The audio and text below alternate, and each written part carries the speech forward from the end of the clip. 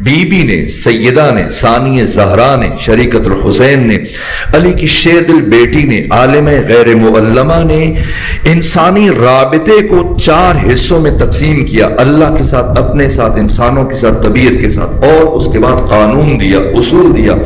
فرمایا کہ انسان کامل وہ ہے اور مکمل انسان اور بیلنسڈ پرسنالٹی، ایک متوازن شخصیت وہ ہے جس کا ان چاروں کے ساتھ رابطہ حد کمال پر ہو، اللہ کے ساتھ بھی، اپنے ساتھ بھی، بندوں کے ساتھ بھی، تمام انسانوں کے ساتھ بھی اور عالم طبیعت کے ساتھ بھی۔ اگر اسے کھولا جائے تو شاید اس کے لیے کئی اشرے چاہیے۔ خود سب سے پہلا رابطہ ہمارے اللہ کے ساتھ ہے۔ ہماری مملکت وجود پر صرف اور صرف حق تعالی کی حاکمیت ہونی چاہیے، اللہ کی حاکمیت ہونی چاہیے۔ ہم اپنے مالک نہیں ہیں۔ یہ جسم، یہ جان، یہ صلاحیت، یہ وقت، یہ زندگی ہمارے پاس امانت ہے، ہم مالک نہیں۔ ہم میں سے کسی کو اختیار حاصل نہیں کہ اپنی انگلی کاٹ دے، اگر مالک ہے تو کاٹ دیں، لیکن نہ، اگر ہم انگلی کاٹیں گے حکومت اسلامی ہے تو ہم پر حد جاری ہوگی، ہمیں سزا دی جائے گی۔ یہ جسم ہمارے پاس امانت ہے، یہ عمر ہمارے پاس امانت ہے، یہ زندگی ہمارے پاس امانت ہے، وقت امانت ہے، قیمتی ترین متاع جسے مسلسل دھڑ دھڑ لٹا رہے ہیں، کوئی احساس نہیں۔ اگر کوئی فقیر تنگ دست کوئی دامن فرد آ کر ہم سے کوئی مطالبہ کرے تو ہم اس کو 100-200 روپے دیتے ہوئے کئی مرتبہ سوچیں گے، اس کا چہرہ دیکھیں گے، پتہ نہیں مستحق ہے نہیں ہے۔ درحالی کہ یہ دولت، یہ مال اچانک سے بھی انسان کو مل سکتا ہے، کوئی خزانہ بھی اس کے ساتھ ہاتھ میں آ سکتا ہے، وراثت میں بھی مل سکتا ہے، لیکن اگر ہم پوری دنیا کی دولت کو جمع کر کے کوشش کریں کہ ایک لمحہ اپنی زندگی کا گزارا ہوا یہ واپس لیں تو ہم واپس نہیں لے سکتے۔ ہم سمجھتے کہ شاید موت اچانک آتی ہے، دفعتاً آتی ہے، امام بارگاہ میں کسی مسجد کی چبوترے سے اعلان ہوتا ہے، لاؤڈ سپیکر سے اعلان ہوتا ہے کہ فلاں کا انتقال ہو گیا، اور ہم چیمیں گوئیاں شروع کرتے ہیں، کیا ہوا اس کو؟ یہ تو 30 سال 40 سال کا جوان تھا، اچانک موت ہوگی، خیر ہو، کیا ہوا اس کو؟ نہ، اچانک نہیں مرا، اس کو مرتے مرتے 30-40 سال لگ گئے، مسلسل ہر قدم اس کا موت کی بھیانک وادی کی طرف بڑھ رہا ہے۔ اس لیے لازم ہے انسان محاسبہ کرے۔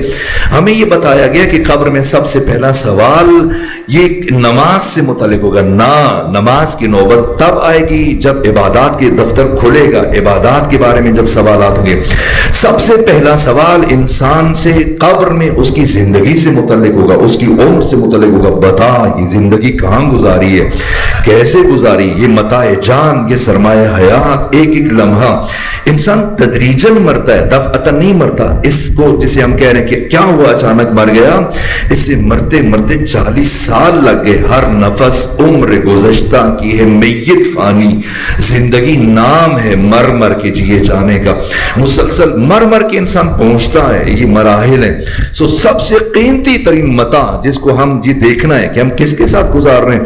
وقت اور زندگی ایسی چیز نہیں کہ جسے عاطل و باطل لوگوں کے ساتھ گزارا جائے، ایسے فیس بک استعمال کر رہے ہیں، دھڑ دھڑ بیٹھے ہو، احساس نہیں ہے، دیکھے جا رہے ہیں، دیکھے جا رہے ہیں، دیکھے جا رہے ہیں۔ اب واٹس ایپ کھل گیا، فلانی ایپ کھل گئی، اب انٹرنیٹ استعمال ہو رہا ہے، فلاں پہ باتیں ہو رہی ہیں، فلاں کے ساتھ میسیجز ہو رہے ہیں، گھنٹوں گزر رہے ہوں، پرواہ نہیں ہے، پھر سیل رکھا، پھر کسی اور کے ساتھ گفتگو کرنا شروع کر دی۔ نہ، ایک ایک لمحے کی قدر کرنی ہے۔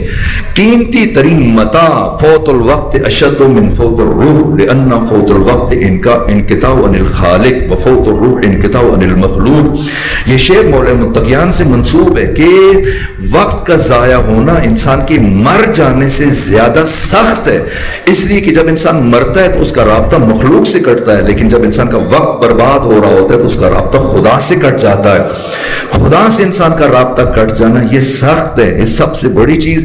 یہ جوان جو موبائل سیل اپنی جیبوں میں دبا کے رکھتے ہیں اور دن میں جیسے ہی میسج آتا ہے کھولتے ہیں، پھر میسج آتا ہے پھر جیب سے نکالتے ہیں، سفر میں نے دیکھا کئی دفعہ لوگوں کو سفر میں، چونکہ ہم زیادہ سفر میں ہوتے ہیں، موٹر سائیکل چل رہا ہے، موٹر سائیکل پہ بیٹھا ہے، اب 2 چرخہ ہے، اب 2 ٹائر ہیں، رسک ہے کار کی نسبت، یہ سواری زیادہ مشکل تر ہے، پیچیدہ تر ہے، ذرا سا ہاتھ پھسلا گرا مر گیا، کوئی دوسرا اوپر سواری کر کے کوئی اور اس کے اوپر کار یا کوئی ٹرک اس کے اوپر آ گیا، موت ہوگی۔ اس کے باوجود اس درجہ غافل ہے، جیسے ہی موٹر سائیکل چلا رہا ہے اسی بیچ میں آ کے میسج آیا تو میں چلاتے ہوئے پڑھ رہا ہے، پتہ نہیں آپ کو ایسا اتفاق ہوا نہیں ہوا، پھر لکھ رہا ہے، جواب دے رہا ہے۔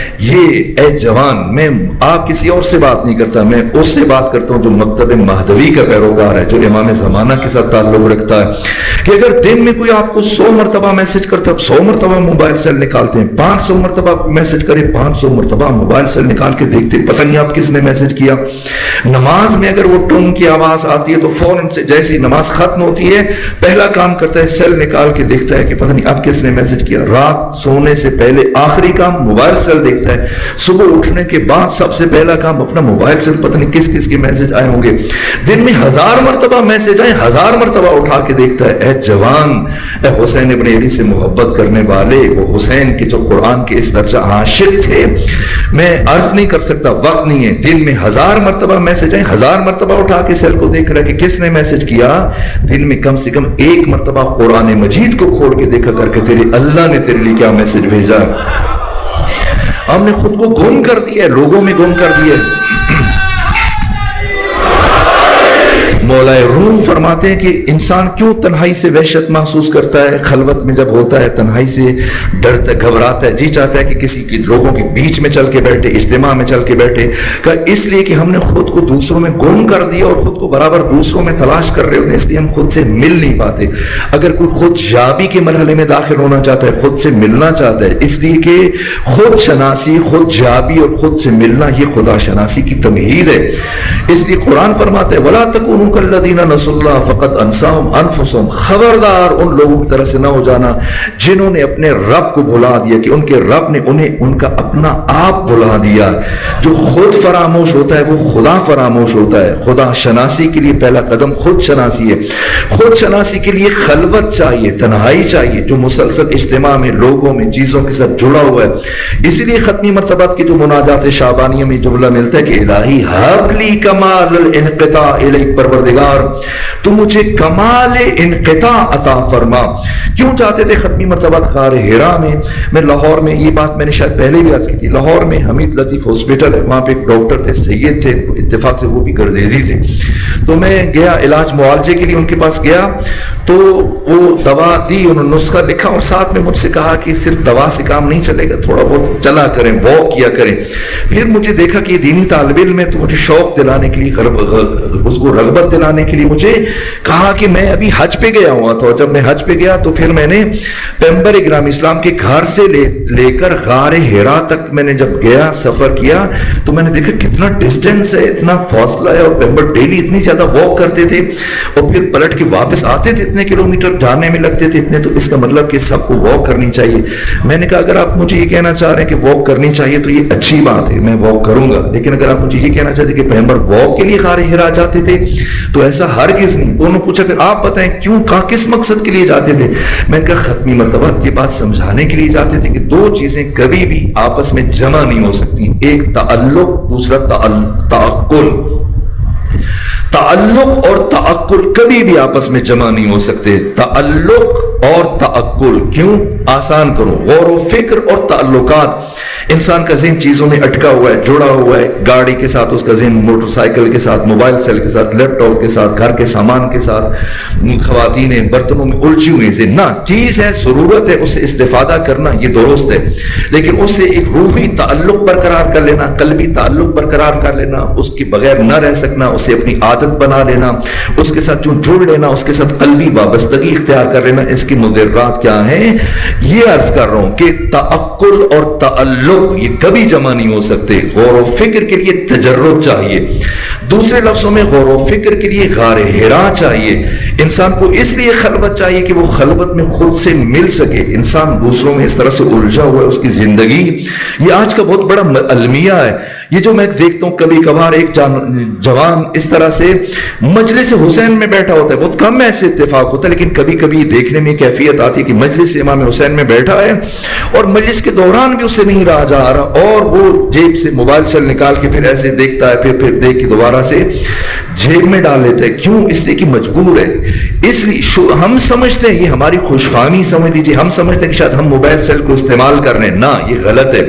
موبائل سیل ہم لوگوں نے تب استعمال کیا تھا جب یہ نیا نیا ہماری زندگیوں میں آیا تھا. اب ہم خود بازیچہ بن چکے ہیں, ہم ان چیزوں کے ہاتھوں یرغمال ہو چکے ہیں, ہم محصور ہیں, مقید ہیں, اس طرح سے ہمیں جکڑا گیا, اس طرح سے ہم بازیچہ بنے ہو, ہم خود استعمال ہو رہے ہیں. اس لیے عرض کروں میرے عزیزو, تعلق اور تعقل جمع نہیں ہو سکتے. یہ ان کے لیے باتیں کر رہا ہوں جو چاہتے ہیں کہ خود آقا امام زمانہ کے ساتھ اپنا تعلق بڑھا لیں. صرف رسمی طور پر دعائیں میں دیکھتا ہوں پڑھنے والا کبھی ایسے دعا مانگ رہا ہوتا ہے اللہم کل ولیک الحجۃ ابن حسن، سننے والا بھی اس نے ہاتھ اٹھائے ہوئے گھڑی کو دیکھ رہا ہے، کسی دوسری چیز کو دیکھ رہا ہے، جمائی لے رہا ہے. نہ، آقا کے لیے دعا کی جائے اور پھر اتنی بے رغبتی کے ساتھ نہ. کیوں؟ اس لیے کہ ہمارا تعلق نہیں جوڑا ہے، اتصال نہیں ہوا ہے، وصل نہیں ہوا. ورنہ جب آقا کا نام آئے پھر انسان کی کیفیت بدل جانی چاہیے. کیوں؟ اس لیے کہ ہمارا وہ تعلق استوار نہیں ہو سکتا. کیسے استوار ہوگا؟ قرآن مجید کی جو امام زمانہ کا وجود قطبی ہے، اگر کوئی دیکھتا ہے بھئی یہ شوق ہے انسان امام کا ظہور ہو جائے، آئیں گے تو کیا ہو جائے گا. تہران میں ایک نوجوان تھا اور وہ وہاں پہ آیت اللہ تہرانی کے پیچھے نماز پڑھنے کے لیے جاتے تھے، اور ایک دن آیت اللہ تہرانی کہتے ہیں کہ میں نے اسے دیکھا کہ یہ بیٹھا ہے اور بڑی عجیب کیفیت میں چہرے کا، نمازی تھا، انہی کے محلے میں رہتا تھا، تو کہا چہرے کا رنگ زرد ہے اور بالکل اس کی آنکھیں دسی ہوئی ہو، عجیب سی کیفیت. میرے پاس آیا، بیٹھا، اس سے کچھ بولا نہیں جا رہا تھا. میں نے پوچھا کیا ہوا، کیا بات ہے، کوئی بیماری ہے، کوئی ایسی خدا نہ خواستہ مخفی بیماری، کوئی پریشانی ہے، کیا ہوا، کیوں ایسی کیفیت بنائی ہوئی ہے؟ کہ نہیں بتا سکتا. آیت اللہ تہرانی کا بتاؤ کیا ہوا ہے، ممکن ہے میں تمہاری کچھ مدد کر سکوں. کہا کہ میں ہمارے ہاں سے بس جاتی تھی ہر شب جمعہ کو، ہمارے محلے سے ہر شب بدھ کو، منگل اور بدھ کی درمیانی شب قم جاتی تھی مسجد جمچران. ہم نے یہ سن رکھا تھا کہ اگر وہ 40 شبائے بدھ میں مسلسل جائے، ہر بدھ کی شب میں جائے، 40 شبوں میں جاتا رہے تو اسے امام زمانہ کی زیارت نصیب ہوگی. تو میں بھی اسی شوق میں جاتا رہا. ہر بدھ کی شب میں میں باقی افراد کے ساتھ، جوانوں کے ساتھ جاتا تھا وہاں پہ. جب 40 شبیں مکمل ہو گئی تو اس کے بعد پھر میں آ گیا، کوئی زیارت نہیں ہوئی. تو میں نے کہا یہ میں نے وقت ضائع کیا، مجھے ایسے ہی کہا کہ یہ شاید من گڑت بات ہے، جھوٹی بات ہے. لیکن 2 دن پہلے کا یہ واقعہ ہے کہ میرے گھر والے کسی شادی پہ گئے ہوئے تھے، کسی فنکشن میں گئے ہوئے، میں گھر میں اکیلا تنہا تھا، اور ایسے میں گھر کی بیل بجی، دق الباب ہوا اور میں دروازہ کھولنے کے لیے گیا. تو جب میں نے دروازہ کھولا تو میں نے دیکھا ایک اجنبی ہے دروازے پہ کھڑے. میں نے پوچھا میں نے آپ کو پہلے نہیں دیکھا، آپ کون ہیں، کہاں سے ہیں؟ تو انہوں نے کہا کہ میں وہی ہوں جس سے ملنے کی خواہش میں تم 40 بدھ کی شب جاتے رہے ہو، جس کے لیے جاتے رہو. تو میں اچانک سے جب یہ سنا تو ایک مرتبہ مجھے تھوڑی گھبراہٹ ہوئی، اس لیے کہ میرے حجرے میں، میرے کمرے میں کچھ ناشائستہ، نامناسب چیزیں پڑی ہوتی ہیں، کچھ سیڈیز پڑی ہوتی ہیں، ایسی چیزیں تھیں. مجھے لگا کہ اگر آقا کی نگاہ پڑی تو انہیں برا لگے گا، ان کو ناپسند ہوگا. اس میں نے کہا اگر چند لمحے رک جائیں، میں ابھی آ جاتا ہوں، دوبارہ واپس آ جاتا ہوں، پھر میں آپ کو اندر لے کے جاؤں گا. میں جلدی چیزوں کو ڈھانپنے لگ گیا، کچھ نامناسب اشیاء کو ادھر ادھر کر کے، تاکہ پھر حضرت کو اندر لے کے آؤں. لیکن مجھے کچھ چند لمحے لگ گئے، کچھ 3-4 منٹ میرے گزر گئے. لیکن جب میں پلٹ کے آیا تو میں نے دیکھا کہ وہ امام آگے بڑھ چکے تھے، گلی کی نکڑ تک پہنچ چکے تھے، اور یہ کہتے ہوئے جا رہے تھے کہ پروردگار تو جانتا ہے میں کتنے گھروں میں جا چکا ہوں. بلاتے ہیں پھر دروازے پر کھڑا کر دیتے ہیں. مبادا صرف ظہور کی دعا کرنا کافی نہیں ہے. فرض کریں اگر آقا تشریف لے آئیں تو کیا ہمارا گھر اس قابل ہے، ہمارا دسترخوان اس قابل ہے، ہماری خوراک اتنی پاک ہے کہ ہم وہ غذا آقا کے سامنے پیش کر سکیں؟ یہ لازم ہے. اس لیے میں عرض کر رہا ہوں میرے عزیزوں، یہ 2 چیزیں کبھی جمع نہیں ہو سکتی. آقا کی دعائیں مانگے، آقا تشریف لائیں. خود امام زمانہ کا وجود قطبی قرآن مجید کی شکل میں ہمارے پاس موجود ہے. قرآن کے ساتھ ہمارا رویہ کیا ہے؟ جو رویہ آج ہمارا قرآن مجید کے ساتھ ہے، اگر آقا امام زمانہ ہمارے درمیان تشریف لے آئیں کل کو ہمارا ان کے ساتھ بھی یہ رویہ ہوگا. قرآن مجید کے ساتھ ہمارا کیا تعلق ہے؟ یہ حجت خدا ہے. ہمارے لیے پیغمبر نے 2 چیزیں چھوڑی ہیں، یہ ایک دوسرے کے عدیل و بدیل ہیں. ایک سکل قرآن ہے، ایک سکل اہل بیت علیہ السلام ہے. ہمارا قرآن مجید کے ساتھ رویہ یہ خود، اس لیے میں عرض کرتا ہوں تجرد، تعقل کے لیے تجرد چاہیے. تعقل اور تعلق کبھی جمع نہیں ہو سکتے. مجھے ایک شعر یاد آ رہا ہے، میں اسی پہ بات ختم کرتا ہوں، مولا روم کا. وہ فرماتے ہیں کہ عروج سے، یہ اس لیے جوانوں کے لیے عرض کرنے جا رہا ہوں، اگر چاہتے ہیں، ورنہ ممکن ہے کہ انسان کبھی کوئی گفتگو سنتا ہے، پھر جذباتیت اس کے اوپر طاری ہوتی ہے، قرآن کھولتا ہے، 4 دن 5 دن 6 دن 7 دن پڑھتا ہے، پھر قرآن دوبارہ واپس اس کو کس کے باندھ دیتا ہے. ختمی مرتبات نے ہماری ہدایت کے لیے 2 چیزیں چھوڑی، یہ المیہ ہے، یہ نوحہ ہے. 2 چیزیں چھوڑی، قرآن، ایک اہل بیت، ایک پردہ غیبت میں، دوسرا پردہ غلاف میں، دونوں سے محروم ہے. اگر کوئی آقا کا قرب اختیار کرنا چاہتا ہے جوانوں کے لیے سب سے پہلا مرحلہ وہ قرآن کے ساتھ اپنا انس بڑھائیں، قرآن مجید کے ساتھ اپنا تعلق بڑھائیں. قرآن کے ساتھ تعلق میں سب سے بڑی رکاوٹ یہ لغویات ہیں جو ہم نے خود اختیار کر رکھی ہیں. یہ ہمارے دشمن ہیں جسے ہم سینے سے لگا کے رکھتے ہیں, جیب میں ڈالتے ہیں, اٹھا کے دیکھتے ہیں. نہ, ضرورت کے لیے استعمال ہونا چاہیے, لیکن ان کے ہاتھوں بازیچہ بن جانا, ان کے ہاتھوں یرغمال بن جانا نہ. اس کا مطلب یہ ہے کہ پھر ہم نہ آقا کا ہمیں قرب نصیب ہو جائے گا, نہ قرآن مجید کا ہمیں قرب نصیب ہوگا. یہ مولا روم کا شعر عرض کر کے جوانوں کے لیے پیغام اسی بھی گفتگو سمیٹ رہا ہوں. وہ فرماتے کہ عروس حضرت قرآن نقاب انگاہ براندازت. اگر کوئی چاہتا ہے کہ اسے قرآن کی معرفت حاصل ہو جائے, اگر کوئی چاہتا ہے کہ اس کے قرآن کا انس حاصل ہو جائے, صرف ثواب کے لیے, برکت کے لیے, نظر دور کرنے کے لیے, نظر بد سے بچنے کے لیے, ان کاموں کے لیے جہیز میں دینے کی, نہ, قرآن اس مقصد کے لیے نہیں ہے. قرآن مجید خود کہتے کہ رب قارئ, ختمی مرتبت کی حدیث ہے کہ رب قارئ القرآن یقرأ القرآن والقرآن یلعنہ. بعض قاری قرآن کی تلاوت کرتے ہیں, قرآن پلٹ کر ان کے اوپر لعنت کرتا ہے. ام علی قلوب اقفالها, کیا ان کے دلوں پر تالے لگے ہوئے کہ قرآن میں تدبر نہیں کرتے. افلا یتدبرون القرآن, قرآن تدبر اصل ہے اگر ہم زندگیوں میں شامل کرنا چاہتے ہیں, زندگیوں میں اتارنا چاہتے ہیں میرے عزیزو. اس لیے یہ مولا روم فرماتے ہیں کہ عروس حضرت قرآن نقاب انگاہ براندازت کو یہ تشبیہ دی ہے. فلسفہ مثال تقریب ذہن ہے. جب بھی مثال دی جاتی ہے قرآن میں خدا فرماتا ہے کہ میں بوزہ, مچھر, مکھی کی مثال دوں گا تاکہ انسان کو بات سمجھ میں آ جائے. فلسفہ مثال تقریب ذہن ہے. ایک مولا روم نے بھی مثال دی کہ عروس حضرت قرآن نقاب انگاہ براندازت, کہا کہ قرآن مجید کے معارف کی دلہن اس وقت اپنے رخ جمال سے پردہ ہٹاتی ہے کب کہ دار الملک انسان را مجرد بیندس ہوگا, جب وہ انسان کے دار الملک کو شور شرابے سے, ہنگامے سے خالی دیکھتا ہے.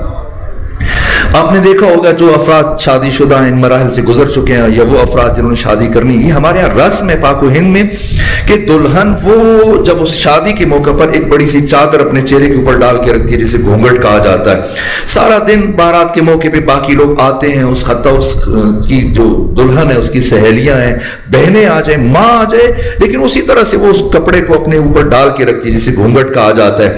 محرم رشتے آتے ہیں, گھونگھٹ نہیں ہٹاتی, اس کی بہنیں آ جائیں نہیں ہٹاتی, سہیلیاں آ جائیں نہیں ہٹاتی, رشتہ دار آ جائے نہیں ہٹاتی, لوگ آتے ہیں سلامی وغیرہ اس کو تحفے تحائف دیتے ہیں, لے کے ایک طرف رکھی, وہ برابر گھونگھٹ ہے. کب ہٹاتی ہے؟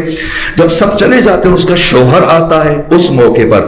اس لیے یہ مولا روم نے مثال دی کہ قرآن کو اس دلہن سے تشبیہ دی کہ قرآن کے اوپر جو پردہ ہے یہ معارف قرآن پر پردہ ہے, قرآن کے علوم پر جو پردہ ہے, قرآن اپنے اوپر سے پردہ کب ہٹاتا ہے؟ اپنے معارف سے, تاکہ انسان کو انس ہو جائے قرآن سے, اور قرآن کے علوم انسان کے وجود میں اترنا شروع ہو جائے.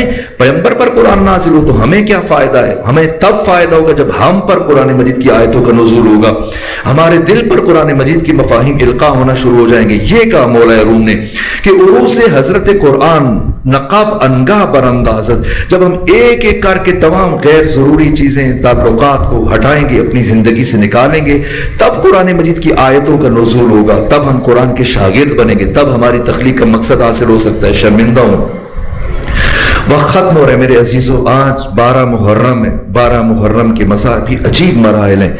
کربلا کے بعد جو اصل کربلا شروع ہوئی ہے وہ اب یہ مرحلہ ہے, اس لیے کہ 72 شہیدوں کی, خود سید الشہداء کی ساری مصیبتوں کو اگر جمع کر دیا جائے تو ایک ایک قیدی کی مصیبت کی برابری نہیں ہو سکتی.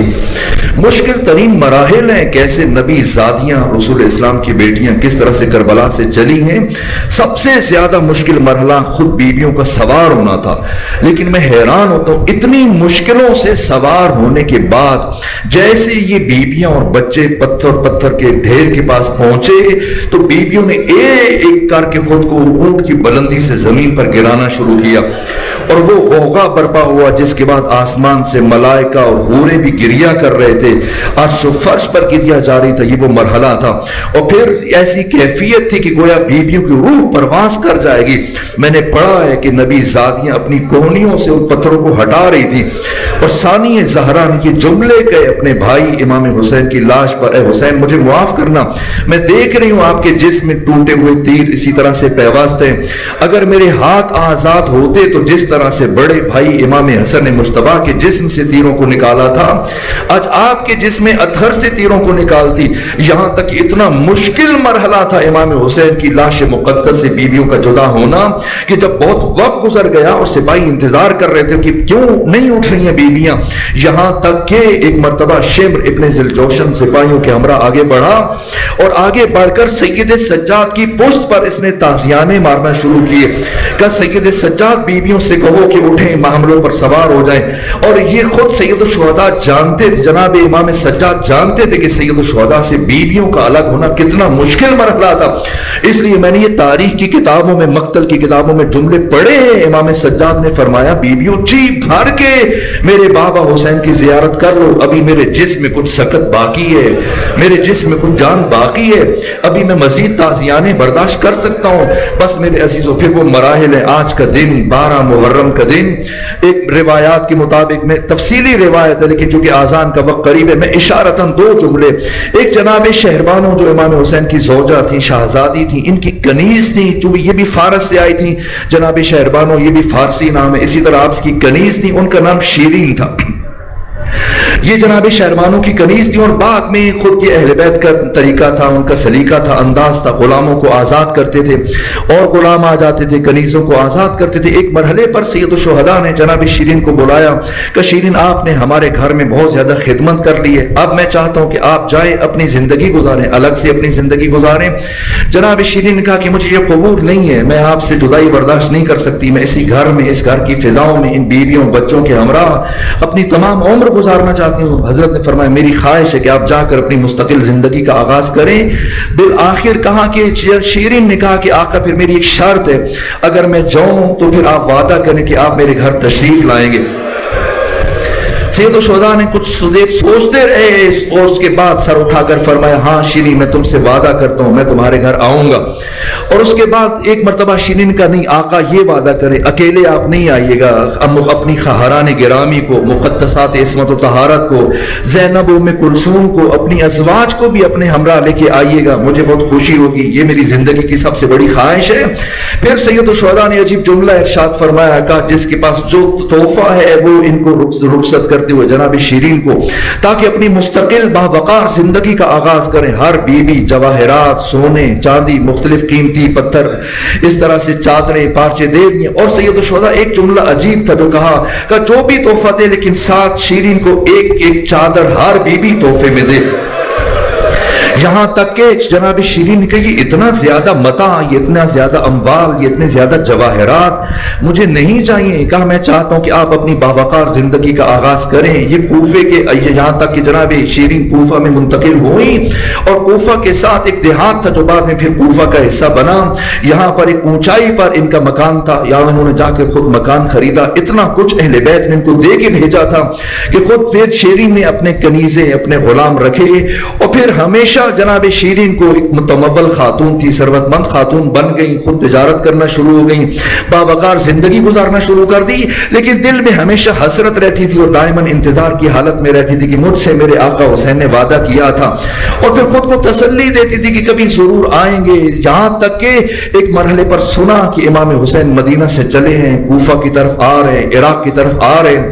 شیرین کی امید بڑھنے لگی کہ آقا جب چل چکے ہیں تو یقیناً اب وہ میرے وعدہ پورے ہونے کا وقت آ چکا ہے، آقا میرے ہاں بھی تشریف لائیں گے۔ یہاں تک کہ جیسے جیسے وقت گزرتا چلا گیا شیرین اپنے گھر سے نکل کر مرکزی دروازے پر آ جاتی کہ اطلاع ملے شاید جہاں سے آئے ان کو پتہ نہیں ہوگا، میں ان کو لے کے آگے بڑھوں گی۔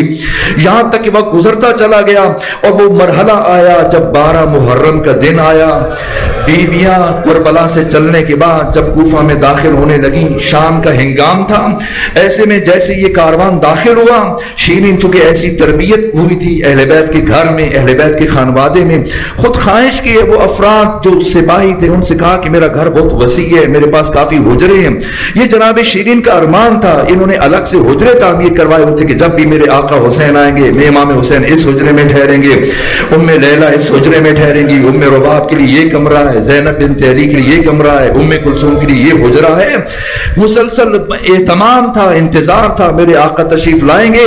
اور آج کے دن جیسے یہ کاروان آیا تو کہا کہ رات کا وقت ہے، آپ اس طرح سے مشکل مرحلہ ہے تو آپ شہر جب رات بننا شروع ہو گئی، رات ڈھلنا شروع ہو گئی، رات کا آغاز ہو چکا ہے تو آئیں رات میرے ہاں بیتوتا کر لیں. یہ آپ کے ساتھ جو خواتین ہیں یہ اتنی معزز خواتین خود دیکھ کر حیران ہو رہی تھی کہ اس طرح سے کہ بیبیوں کے سروں کے اوپر چادریں تو موجود نہیں تھیں اور بیبیوں نے اپنے چہروں کو اپنے بالوں سے چھپایا ہوا تھا.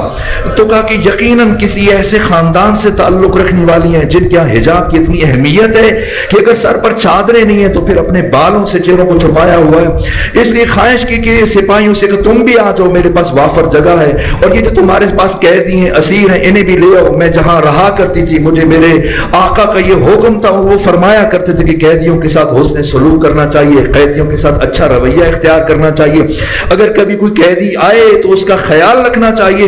اس لیے میں چاہتی ہوں کہ ان قیدیوں کو بھی میرا مہمان قرار دیا جائے. یہاں تک کہ جہاں سپاہیوں کو ٹھہرایا گیا وہاں مخدرات عصمت و طہارت کو بھی گھر میں لایا گیا مختلف حجروں میں. جب ٹھہرایا تو کہا کہ بہترین ایک مرتبہ دسترخوان لگوائے، کھانے لگوائے اور آگے بڑھی. کہا کہ کھانا کھائیے، مجھے لگ رہا ہے آپ بھوکے ہیں پیاسے ہیں. ایک مرتبہ ثانی زہرا کے لبوں میں جنبش ہوئی، فرمایا نہ ہمیں کھانا نہیں چاہیے، پانی نہیں چاہیے. اگر کچھ ہماری مہمان نوازی کرنا چاہتے تو ان سپاہیوں سے کہو کہ ہمیں ہمارے وارثوں کے سر مل جائیں، ہمارے وارثوں کے سر کچھ لمحوں کے لیے ہمارے حوالے کر دیے جائیں. کوئی مسئلہ نہیں ہے، میں نے کچھ رقم دے کے راضی کر لوں گی. یہاں تک کہ سپاہیوں کو راضی کیا، انہیں کچھ رقم دی اور ان سپاہیوں نے سارے سر ان بیبیوں کے سپورٹ کیے. بیبیاں وہ سر لے کے بیٹھی ہوں. پھر ایک ایسا سر تھا کہ باقی بیبیوں نے سر کے گر حالہ بنایا اور جیسی وہ سر سامنے آیا ایک مرتبہ ثانی زہرا کی زبان سے جملے جاری ہوئے، اے میرے ماں جائے حسین میرا سلام قبول کریں. جیسے یہ جملے بلند ہوئے شیرین آگے بڑھی، کہا اے قیدی خاتون یہ لفظ اپنی زبان سے ادا نہ کرو، کسی اور طرح سے آپ بیان کر دو، کسی اور طرح سے فریاد کرو. ثانی زہرا کی زبان سے دوسرا جملہ جاری ہوا. کہا اچھا شیرین اگر تمہیں یہ لفظ مناسب نہیں لگ رہا تو کہا اے عباس کے بھائی حسین. ایک مرتبہ شیرین کی پریشانی بڑھنے لگی، کا لفظ بدل دے کوئی اور لفظ کہیں. ایک مرتبہ ثانی زہرا نے فرمایا اے علی اکبر کے بابا حسین. یہاں تک ایک مرتبہ ہل گئی، تڑپ گئی، کہا میری کیفیت بدل رہی ہے، میری حالت عجیب ہو رہی ہے، اپنا تعارف کروا دیں کون ہے. ایک مرتبہ بی بی نے چہرے سے بالوں کو ہٹایا، کہا شیرین یاد کرو میرے بھائی حسین نے تم سے کہا تھا ہم تمہارے گھر آئیں گے. تب میرے بھائی حسین نے تم سے یہ بھی کہا تھا کہ شیرین خیال رکھنا اگر ہم تمہارے گھر آئے مبادا تم ہمیں پہچان نہ سکو. تم نے کہا تھا کیسے ممکن ہے کہ میں اپنے سرداروں کو نہ پہچان سکوں. شیرین پہچانو میں زینب بنت علی ہوں. کہا عباس کہاں ہے، آقا حسین کہاں ہے. کہا وہ سب سے اونچے نیزے پر جو سر بلند ہے.